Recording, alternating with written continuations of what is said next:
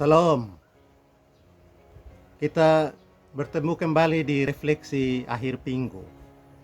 Kali ini kita akan membahas kitab Sefanya pasal 2 ayat 1 sampai 3. Terutama tekanan pada seruan untuk mencari Tuhan di tengah-tengah bencana dan juga malapetaka yang akan menimpa bangsa dan kehidupan Israel. Sefanya menyerukan kepada bangsanya untuk mencari Tuhan, mengerjakan keadilan dan hidup dalam kerendahan hati.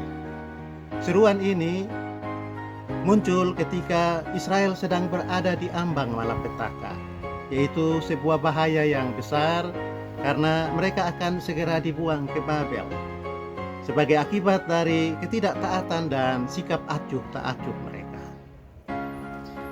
Sefanya meminta kepada Israel daripada mempersalahkan diri yang hanya akan membuat depresi makin meningkat. Lebih baik berserah diri kepada Tuhan dan memulai lagi kehidupan dari awal, membangun kembali kasih yang mula-mula dengan Tuhan. Bencana, keburukan dan malapetaka memang adalah hal-hal yang menyakitkan dan mendatangkan kepahitan. Tetapi malapetaka atau bencana juga dapat dipahami sebagai loudspeaker dari Tuhan atau pengeras suara yang isinya memanggil manusia untuk hidup dalam pertobatan, memperbaiki kelakuan dalam hubungan dengan sesama, dalam hubungan dengan Tuhan, dan juga dalam hubungan dengan lingkungan hidup. Tuhan adalah penyayang dan pengasih, panjang sabar dan berlimpah kasih setia. Tidak selalu ia menuntut dan tidak untuk selama-lamanya ia mendendam. Seperti Bapa sayang kepada anak-anaknya, demikian Tuhan sayang kepada orang-orang yang mencari Dia dan yang bersedia untuk hidup dalam pertobatan. Sefanya meyakini hal ini. Dan juga dia tahu ayat yang terkenal itu dari Mazmur 103. Sefanya yang hidup hampir sesaman dengan nabi yang satu lagi, yaitu Nabi Yunus, melihat sendiri bagaimana Tuhan yang murkanya bernyala-nyala kepada Niniwe membatalkan hukuman dan mengubah hukuman menjadi saat penyelamatan. Pertobatan massal yang dilakukan rakyat Niniwe, kesediaan sang raja untuk merendahkan diri di hadapan Tuhan, sudah cukup menjadi alasan bagi Sefanya untuk meminta orang Israel juga mengalami proses pertobatan yang sama. Karena kasih dan cinta Tuhan lebih kuat dari murka dan amarahnya. Dan belajar dari pengalaman Niniwe, Sefanya meminta kepada Israel agar melakukan pertobatan. Sebab dengan itu terbuka peluang bagi pembatalan hukuman yang hampir terwujud di depan mata mereka. Nah, pengalaman Niniwe inilah yang membuat Sefanya berseru kepada Israel, "Carilah Tuhan, hai semua orang yang rendah hati, yang melakukan hukumnya. Carilah keadilan, carilah kerendahan hati. Mungkin kamu akan terlindung pada hari kemurkaan Tuhan." Bapak Ibu, tak ada yang lebih indah bagi manusia yang sedang berada dalam kesulitan, yang mengalami nasib buruk, berhadapan dengan malapetaka dan ancaman yang mengerikan, jika dia tahu bahwa Tuhan memakai hukuman yang dijalani untuk membentuk dia kembali menjadi manusia baru, untuk mengarahkan dirinya kepada keselamatan. Pengetahuan baru itu akan dimiliki kalau ada hubungan baik dengan Tuhan. Ada relasi yang akrab dan intensif dengan Sang Pencipta. Keakraban dengan Tuhan terwujud dalam dua praktek, sebagaimana yang banyak dinyanyikan di sekolah-sekolah minggu. Baca kitab suci, doa tiap hari. Banyak orang yang memandang bencana dan nasib buruk serta malapetaka sebagai akhir dari kehidupan dan kutukan yang membinasakan. Tentu saja pandangan ini benar, terutama bagi orang-orang yang menaruh harapannya kepada sesuatu yang lain, bukan kepada Tuhan. Sefanya justru menunjukkan dimensi baru sudut pandang yang jarang diperhatikan. Tidak selamanya bencana, malapetaka, keburukan, dan keterpurukan asalnya dari Tuhan. Adam dan Hawa terusir dari Taman Eden bukan karena Allah menjahati mereka. Merekalah yang tidak tunduk dan mengindahkan perintah Allah. Bencana dan keburukan bisa saja terjadi karena ulah manusia. Tindakan semena-mena dari para pemimpin terhadap rakyat, keadilan yang selalu disewelengkan, dan kebohongan-kebohongan yang terus dibuat untuk menutup-nutupi kejahatan, serta keserakahan kita terhadap lingkungan hidup adalah sumber bencana bagi kehidupan bersama.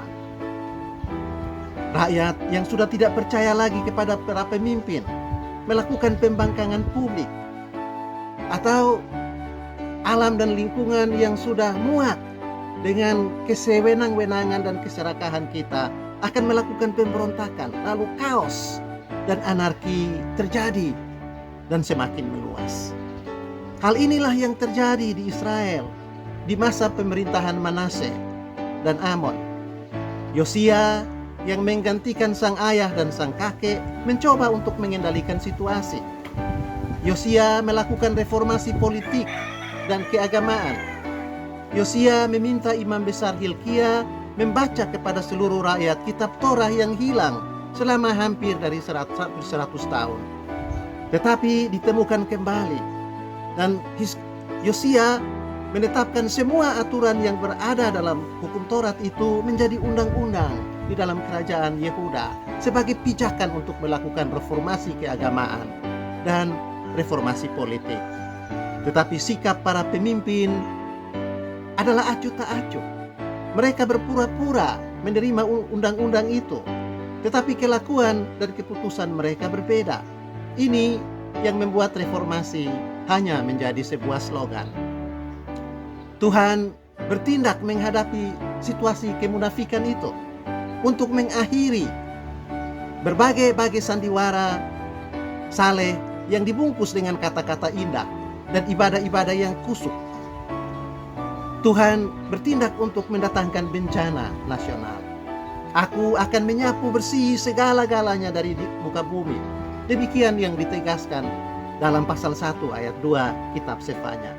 Murka Tuhan bernyala-nyala atas Israel yang beragama secara pura-pura, yang melakukan banyak kebohongan dalam ibadah untuk menutup-nutupi kejahatan di bidang sosial, politik, dan ekonomi.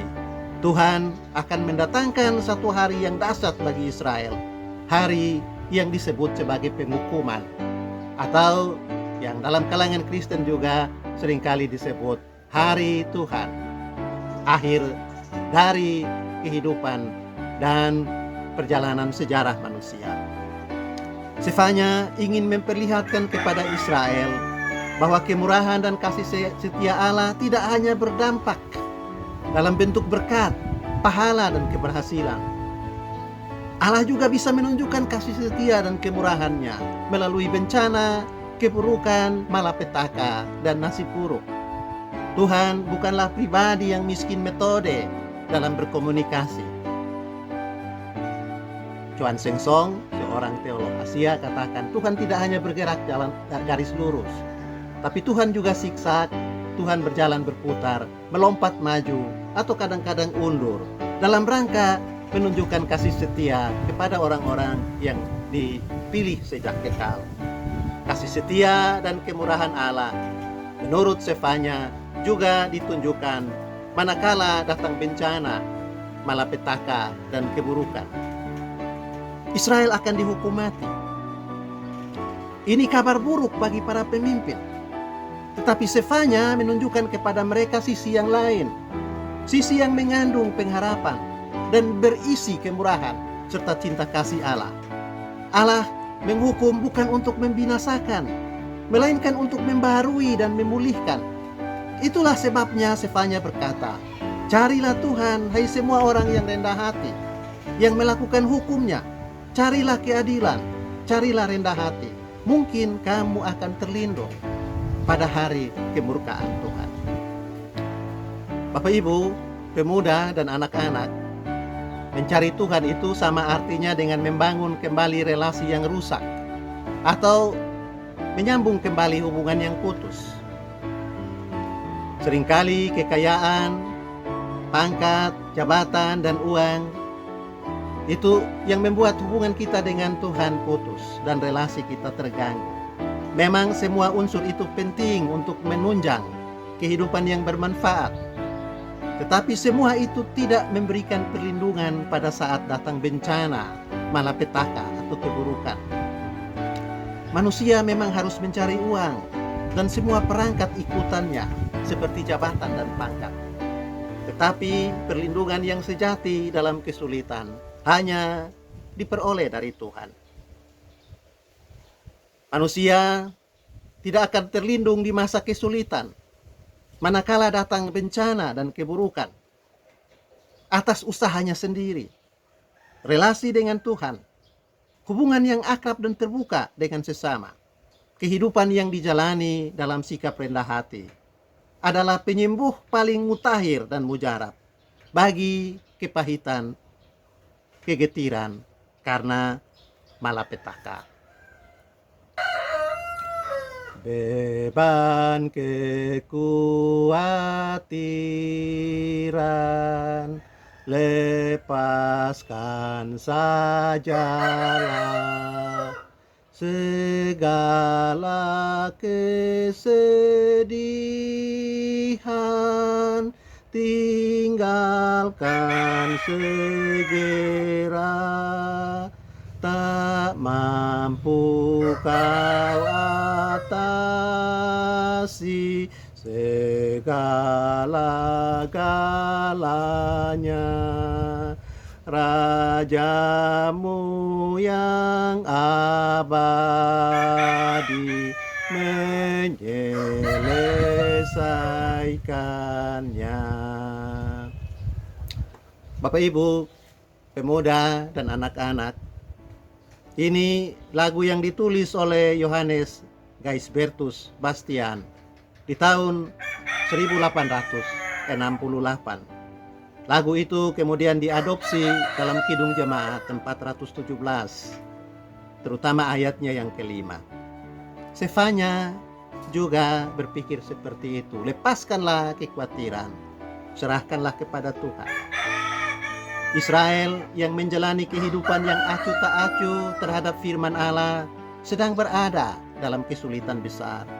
Kesulitan itu memang diizinkan Allah untuk membersihkan noda, luka-luka dan aib Israel dari sikap hidup acuh tak acuh. Cara terbaik untuk menghadapi kesulitan ialah berlari kepada Tuhan, membangun kembali relasi yang rusak, dan menyambung kembali hubungan yang putus. Karena Tuhan adalah pelindung dan penyelamat yang terpercaya, abadi dan tak berubah. Berlarilah kepada Tuhan ketika datang bencana. Perbaikilah relasi dengan Yang Maha Kuasa di masa-masa memburuknya kondisi hidup, juga ketika malapetaka dan bencana. Memang berlari kepada Tuhan dalam kondisi sulit tidak berarti keburukan, bencana dan malapetaka serta-merta berakhir dan berhenti. Keuntungan dari orang-orang yang berharap kepada Tuhan dalam malapetaka dan keterpurukan adalah bahwa ia mendapatkan kekuatan untuk bertahan.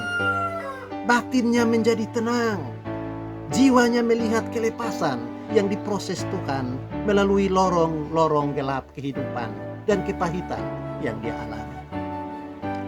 Hanya orang-orang yang mencari Tuhan melalui ketekunan membaca kitab suci dan berdoa, yang dibukakan hatinya oleh Roh Allah untuk mengetahui rencana-rencana keselamatan dan melihat jalan-jalan yang dibuka Allah untuk memberikan kelepasan, pembebasan, dan pemulihan.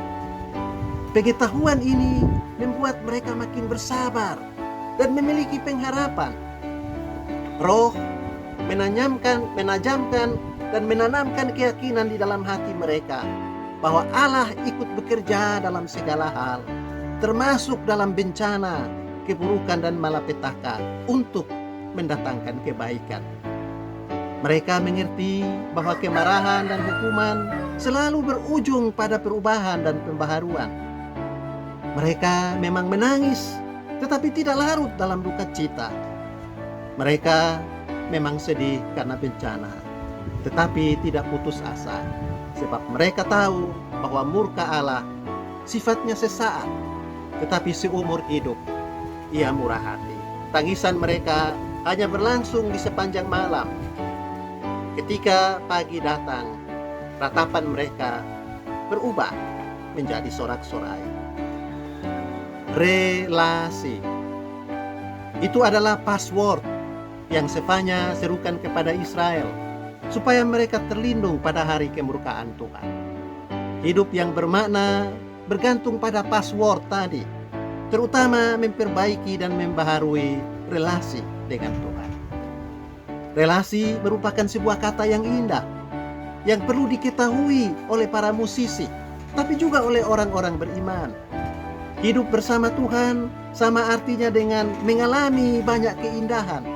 Hidup kita menjadi musik, juga ketika bencana, malapetaka, dan penderitaan. Relasi adalah password itu. Relasi adalah 3 nada dalam birama sebuah lagu, yaitu 2, 6, dan 7. Setiap orang yang suka menyanyikan 3 nada tadi di hadapan Allah dan sesama relasi, mereka akan mendengarkan jawaban Allah yang disampaikan juga dalam 3 nada yang baru, yaitu 2, 3, 7. Re, mi, si. Nada yang indah, nada yang menggetarkan dan menyentuh sanubari. Indah karena remisi artinya pengampunan. Menggetarkan hati dan menyentuh sanubari karena remisi sama dengan pengurangan beratnya hukuman. Bahkan bisa sampai pada pemutihan atau pembatalan hukuman. Sefanya menyerukan kepada Israel agar mencari Tuhan di saat penghukuman datang. Membangun kembali relasi. Menyanyikan 3 not atau nada tadi, 2, 6, 7. Ini sama dengan memperbaiki hubungan dengan Tuhan, dengan sesama, dan dengan alam melalui proses baca kitab suci, doa tiap hari. Kalau kita melantunkan secara rutin, secara tetap, dan dalam suasana akrab relasi kita dengan Tuhan, Tuhan Allah tidak hanya akan menjawab kita dengan menyanyikan remisi, tapi bersama dengan itu Tuhan juga akan menunjukkan kepada kita visi ke depan, sekaligus menolong kita untuk melakukan misi masa kini, yaitu berubah dan membaharui diri, memperbaiki kelakuan, menegakkan keadilan, dan hidup dalam kerendahan hati. Shalom, selamat menyongsong hari Minggu. Teruslah jaga relasi dengan Tuhan melalui baca kitab suci, doa tiap hari.